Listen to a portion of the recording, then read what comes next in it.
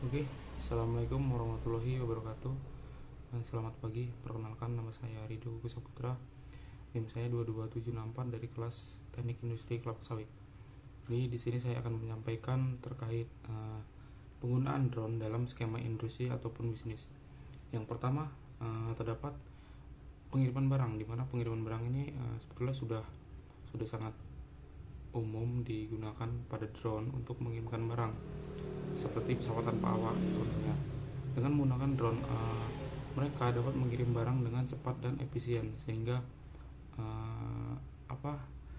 semua bisa dapat dilakukan dengan mudah, terutama pada daerah-daerah yang mungkin sulit dijangkau dengan darat. Lalu yang kedua, penggunaan drone dalam pemetaan dan pemantauan, di mana industri ini sangat sering dilakukan pada bidang perkebunan, di mana pemetaan, pemantauan itu dilakukan dengan drone. Supaya apa?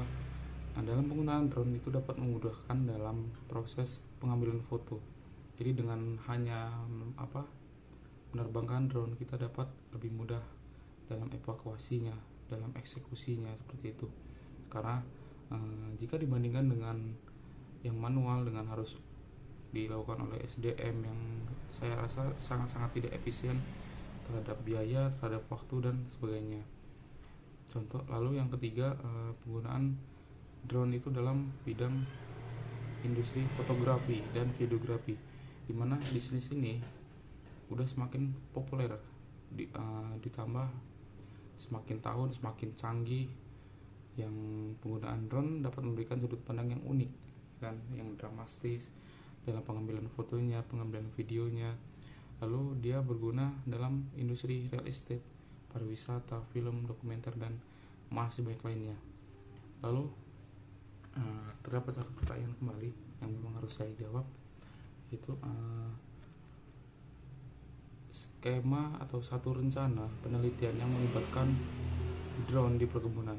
Saya punya rencana itu ingin meneliti penggunaan drone dalam membasmi atau dalam penanggulangan hama penyakit tanaman, di mana dalam penggunaan drone ini kita akan melakukan contoh jika terdapat pada pembibitan, terdapat jamur, terdapat hal-hal yang memang terdapat penyakit ataupun hama serangga, itu bisa kita lakukan drone dengan cara apa?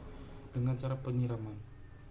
Jadi bisa dilakukan dengan udara, dilakukan dari udara, sehingga harapannya dapat lebih efisien, dapat lebih cepat, jauh dibandingkan dengan penggunaan SDM-nya secara langsung.